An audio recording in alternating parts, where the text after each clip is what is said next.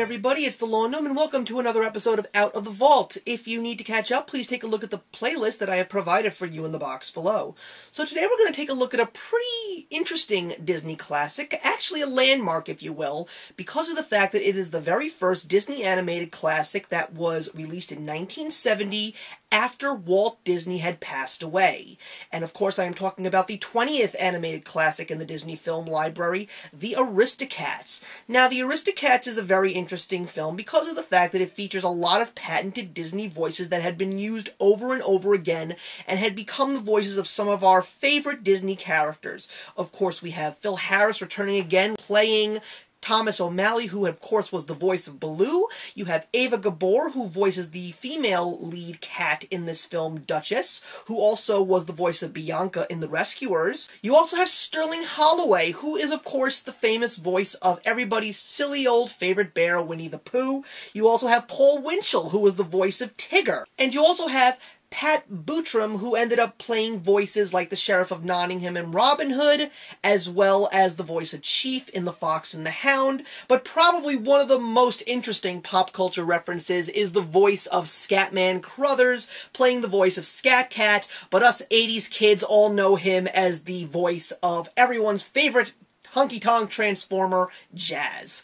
Now, after the naming of all of these very famous names, this movie is one of those few Disney classics that a lot of people, especially when it comes to people my age, really don't say much about because they honestly don't remember it because they had seen it such a long time ago. And now I kind of understand why, after seeing it after all these years. This movie is not good in the slightest. Truthfully, this is a 101 Dalmatians dumbed down with cats. It does not have the great Disney villain, it does not have the great Disney story, it does have the Disney cuteness thanks to the three kittens of Duchess, who are Berlioz, Toulouse, and Marie, who pretty much are what saved this movie. And you also do have the very famous Disney classic song, Everybody Wants to Be a Cat, but that's pretty much it. And one of the funny things about this movie is while it takes place in Paris in 1910, Everybody Wants to Be a Cat, and Scat Cat and his gang of alley cats are very 50s and 60s beatnik-like. So how does that actually work? And I'm trying to figure out what the relevance of Napoleon and Lafayette were, the dogs, in the movie, because I really did not understand why they were there and I didn't get their place in the film at all. There really isn't that much more to say about this movie because it's a very dumbed-down, simple plot, and it just doesn't have that Disney charm that a lot of Disney classics that I have seen recently, over again after a long time, are actually showing me. And I'm trying to figure out why this movie is praised by some, because I really did not enjoy watching it as a whole.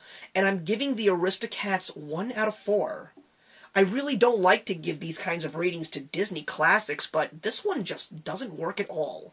But let me know what your thoughts are in regards to this movie. If you really enjoy the Aristocats, please give me your argument. I really want to know what I missed when I saw this movie, but after waiting such a long time to finally see it, I really did not find this film to be a good movie at all. I am the Lawn Gnome, and I'll see you soon. Actions speak louder than words.